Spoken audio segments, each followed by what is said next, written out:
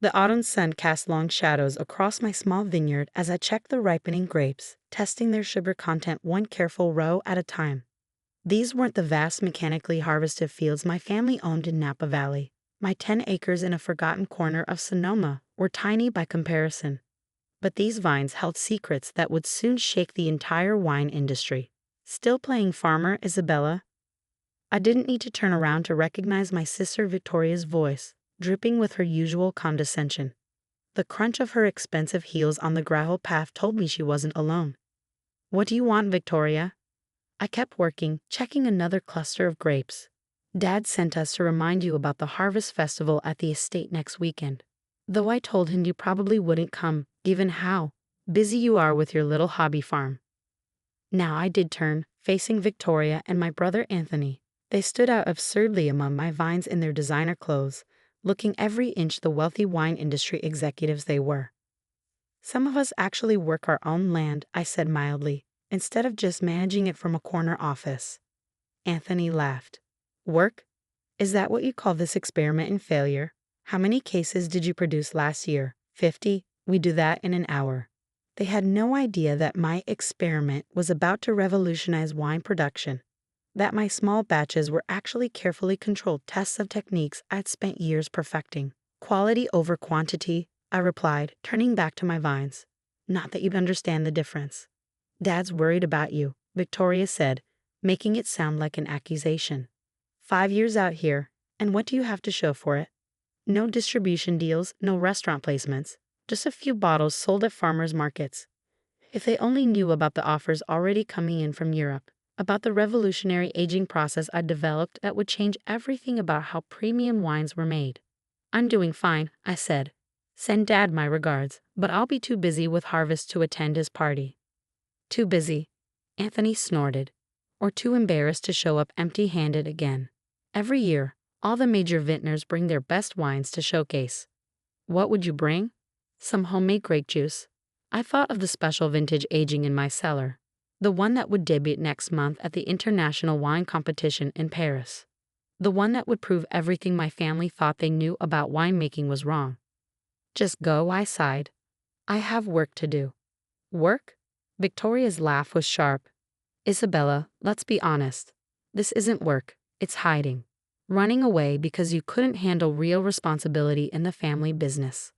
That stung, because it touched on the real reason I left Rossetti Wines 5 years ago. Not because I couldn't handle responsibility, but because I'd seen problems in their production methods that no one would acknowledge. "You're right about one thing," I said quietly. "I couldn't handle watching Dad cut corners and compromise quality just to increase profits. So I left to do things the right way." "Oh please," Anthony scoffed. "Our wines win awards every year. We're the largest producer in California." "Size isn't everything, brother. Sometimes the biggest empires have the shakiest foundations." Victoria's eyes narrowed. "What's that supposed to mean?" "Nothing." I stripped off my work gloves. "Don't you have a party to plan? Some overpriced mediocre wine to oversell?" They left in a huff of offended dignity, their luxury SUV kicking up dust as it roared down my modest gravel driveway. I watched them go, thinking of all they didn't know. About the dangerous shortcuts our father had taken to maintain production levels during recent poor harvests. About the corners cut in aging and testing that would soon come to light. About the devastating evidence I'd gathered before leaving, proof that Rossetti Wines had been lying to consumers and regulators for years. My phone buzzed. A text from Marco, my partner in both life and winemaking. "Lab results are in. The new process works perfectly." I smiled, looking out over my small vineyard. While my family was busy mocking my hobby farm, I'd been revolutionizing how premium wines could be produced. My method would cut aging time in half while improving quality, something the industry had thought impossible. Another text. "Buyers from France and Italy confirmed for next week. They're very excited." Of course they were. My breakthrough would save premium vintners millions in aging costs. More importantly, it would expose the shortcuts some major producers, like Rossetti Wines, had been taking. Inside my modest farmhouse, I pulled up the latest financial reports on Rossetti Wines. To outsiders, they looked incredibly successful. Record profits, expanding market share, glowing reviews in all the major wine publications. But I knew where to look for the cracks. The increasing debt load, the suspicious patterns in their production numbers, the impossibly consistent quality ratings that defied the reality of recent poor harvests. Your father's on the warpath, Marco warned when he came in from the cellar. Victoria called him about your conversation. He's threatening to have your methods investigated for regulatory compliance. I had to laugh. Let him. My process is perfectly legal. His, on the other hand. Marco sat beside me, looking concerned. Are you sure you want to do this? They're still your family. Family? I shook my head. They stopped being family the day they chose profits over integrity. The day Dad told me I was naive for wanting to maintain quality standards. And now? Now they're just another corrupt corporation about to face the consequences of their choices. My phone buzzed again. An email from the International Wine Competition confirming my entry. In 1 month, I would unveil my revolutionary aging process to the world. And in doing so, I would expose every shortcut, every lie, every fraud that major producers like Rossetti had been committing. Isabella, Marco's voice was gentle. Your hands are shaking.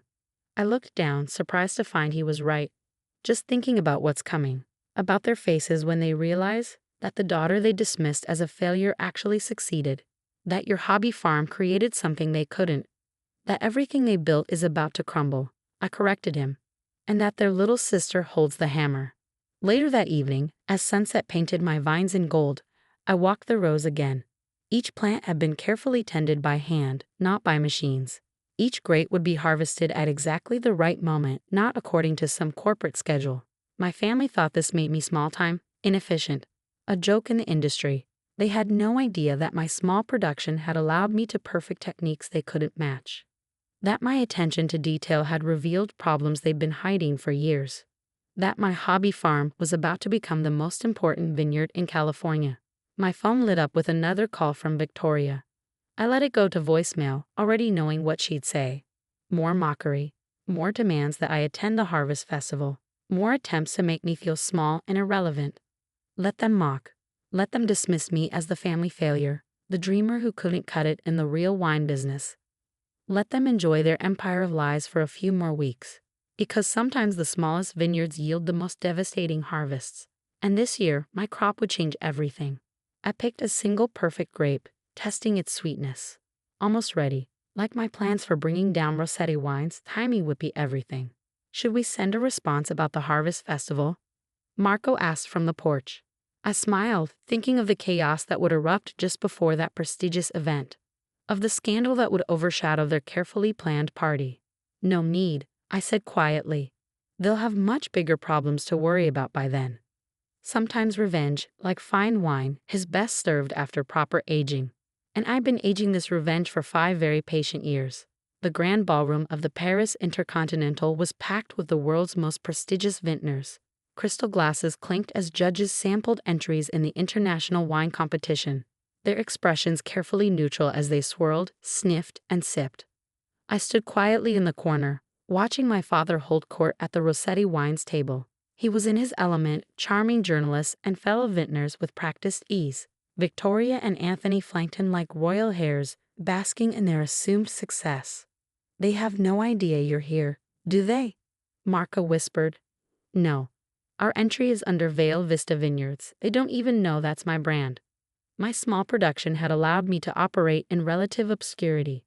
While Rossetti wines splashed their label across billboards and magazines, I built my reputation quietly among serious wine enthusiasts who valued quality over marketing. Your father's looking nervous, Marco observed. He was right. Despite Dad's smooth exterior, I could see tension in his shoulders.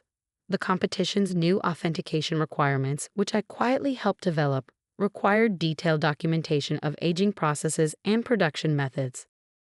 Ms. Vale, a competition official approached. The judges are ready for your presentation.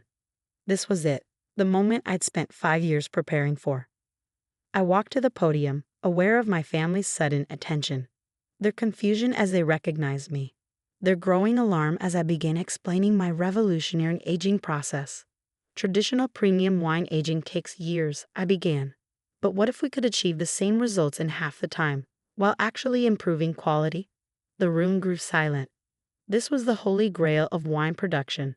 something everyone had thought impossible. Through careful manipulation of temperature, pressure, and oxygen levels, we've developed a process that accelerates aging while enhancing complexity. I nodded to Marco, who unveiled our demonstration setup. More importantly, this process is completely natural. No additives, no artificial manipulation, just science applied to traditional methods. The judges leaned forward, suddenly intensely interested, but I wasn't watching them. I was watching my father's face as he realized what this meant. If my process worked, it would expose every shortcut Rossetti wines had been taking, every chemical additive they'd used to fake proper aging, every lie they told about their traditional methods. The proof is in the tasting, I continued as assistants began pouring samples. This wine was aged for just 18 months using our new process. Compare it to traditionally aged premium wines and you'll find it matches or exceeds their quality. The judges sipped thoughtfully. Murmurs of appreciation filled the room. Then something remarkable happened. They started coming back for second tastes, third tastes, the kind of response that could make or break reputations in this industry. Impossible, Victoria declared loudly. She's lying about the aging time. It has to be artificial. Actually, I smiled. Everything is documented and verified by independent labs. Unlike some producers, we believe in complete transparency. My father's face went white. He knew what I was really saying. The head judge stood up. Ms. Vale, this is extraordinary. If verified, your process could revolutionize premium wine production. It's already verified, I replied. In fact, I've prepared detailed documentation for regulatory agencies, including, I paused for effect, a comprehensive comparison with current industry practices. Now my father was moving toward me, panic in his eyes, but it was too late. I'm particularly interested in how some major producers have been hiding artificial acceleration methods, I continued. Methods that would shock consumers if they knew. Stop this, my father hissed, reaching the podium. You have no idea what you're doing. Actually, Dad, I know exactly what I'm doing. I've known since I left Rossetti Wines 5 years ago. Known about the chemicals, the fake aging reports, all of it. The room had gone deathly quiet. Everyone in the industry knew Rossetti Wines, and now they were all watching this drama unfold. Ladies and gentlemen, I addressed the crowd. My process works because it's based on understanding how wine naturally ages. Unlike methods that use artificial additives to simulate aging, methods that some producers have been hiding for years. You're talking about Rossetti, someone said. Aren't you? I smiled. I'm talking about truth in winemaking, about maintaining standards, about not cutting corners just to increase profits. This is slander, Anthony shouted. We'll sue you. Please do, I replied calmly. I'd love to present my evidence in court. All the documentation I gathered before leaving. All the proof of regulatory violations. Everything. Victoria grabbed my arm. Why are you doing this? We're family. Family? I shook her off. Was it family when you mocked my small vineyard?